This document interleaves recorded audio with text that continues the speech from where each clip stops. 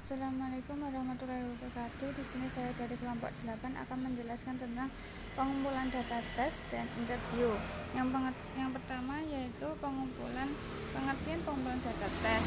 Tes merupakan suatu metode penelitian psikologis untuk memperoleh informasi tentang berbagai aspek dalam tingkah laku dan kehidupan batin seseorang. Dilihat dari aspek yang diukur, tes satu dibedakan menjadi dua, yaitu yang pertama tes psikologis dan tes non psikologis.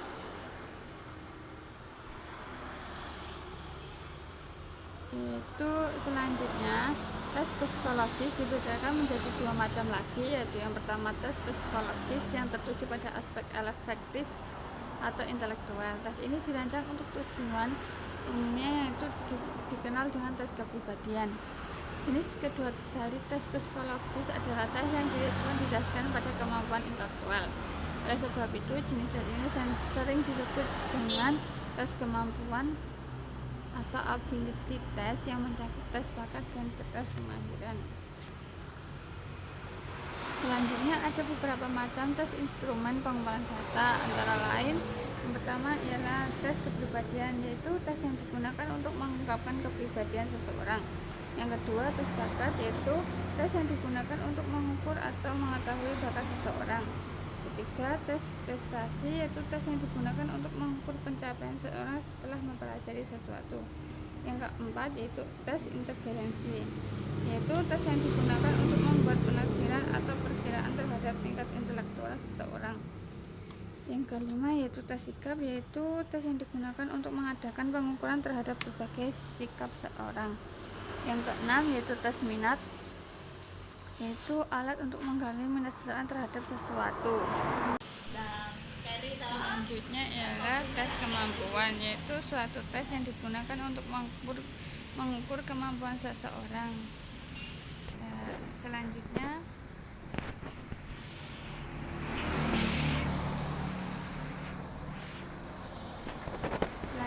yaitu keunggulan dan kelemahan metode tes. Yang pertama yaitu keunggulan metode tes, yaitu lebih akurat karena tes berulang-ulang kali direvisi. Yang kedua, instrumen penelitiannya objektif. Sedangkan kelemahan metode ini ialah hanya mengukur satu aspek data, memerlukan jangka waktu yang panjang karena harus dilakukan secara berulang-ulang, hanya mengukur keadaan siswa pada saat tes itu dilakukan. Selanjutnya ialah pengertian wawancara. Wawancara adalah teknik pengumpulan data dengan mengajukan pertanyaan langsung oleh pewawancara kepada responden dan jawaban-jawaban responden secara atau direkam.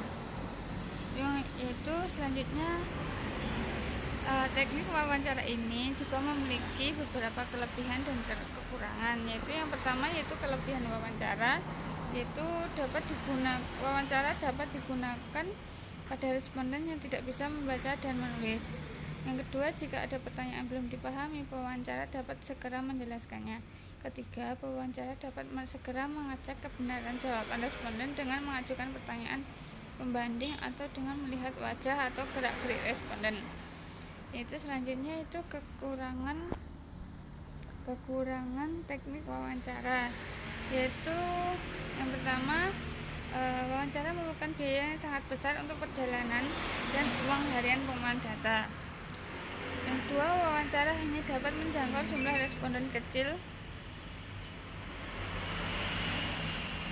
Yang ketiga, itu kehadiran pewawancara mungkin mengganggu responden.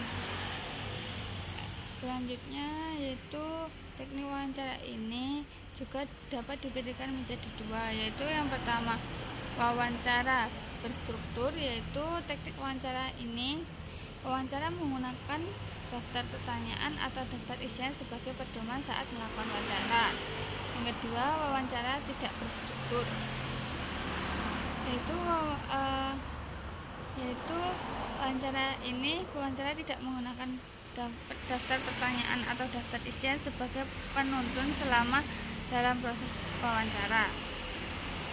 Yaitu ada lagi, kalau dalam melakukan wawancara ada beberapa hal yang harus diperhatikan, yaitu penampilan fisik, sikap dan tingkah laku, identitas, kesiapan materi, dan sebaiknya melakukan perjanjian dengan calon responden, mewawancara dengan terlebih dahulu, dan yang terakhir yaitu kontrol jalan wawancara. Sekian penjelasan dari saya. Lebihnya mohon maaf. Wassalamualaikum warahmatullahi wabarakatuh.